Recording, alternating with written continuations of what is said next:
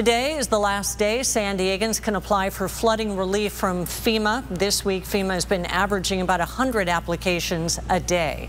And my co-anchor, Wale Aliyu, met with one flood victim who says he met all of the deadlines with FEMA, but the money he received barely moved the needle, and even his appeal got him nowhere. What has the process been like for you since January 22nd, applying to FEMA, appealing FEMA? Describe what the last 3 months has been like for you, trying to get back in your home. Well, it's stressful. I've been there 7 times, to the Mountain View or the one in Spring Valley. So it's stressful because they don't say the same thing. All of the persons that are there helping you with the FEMA thing, they all have different opinions or different information, and it's not accurate. It's not like the same one. So that's why it's confusing. You got very little compared to what you actually needed. Is that accurate? That's accurate, yes. Because they told me there was a max for personal belongings, there's a max for your rental assistance, and there's a max for the dental, and medical and your vehicle. So there's a max for everything. So I think for vehicle, they told me it was a max for 10,000. So that's it. You're not gonna get much for that. So the total 42,500, you're not gonna get it completely.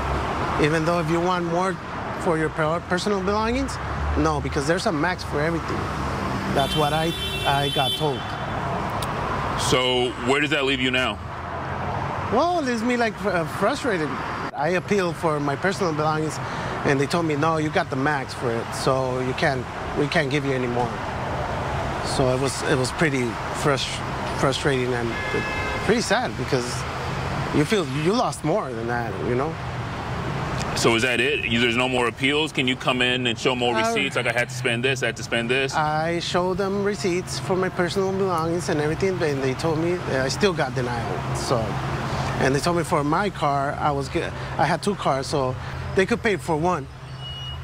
But since I had insurance, they're not paying for it. Not even for the second one that didn't have full cover insurance. Were you able to get any help with just housing side of things? As soon as we get a rental, we have to send that contract to FEMA and still see if we're gonna get more help for, it says 18 months of help.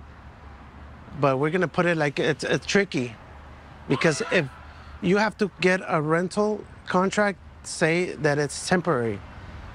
And everywhere you go, they want you to do a contract for a year, or at least 6 months or a year. So if I get a contract that says a year, FEMA's not gonna help me anymore. That's what they said to me. Well, FEMA told us today it's given out about $4 million to help replace personal belongings, which averages out to $1,800 per application. FEMA has approved more than 1/3 of the applications. Coming up at 6 o'clock here, why residents say what FEMA is offering for housing isn't much help.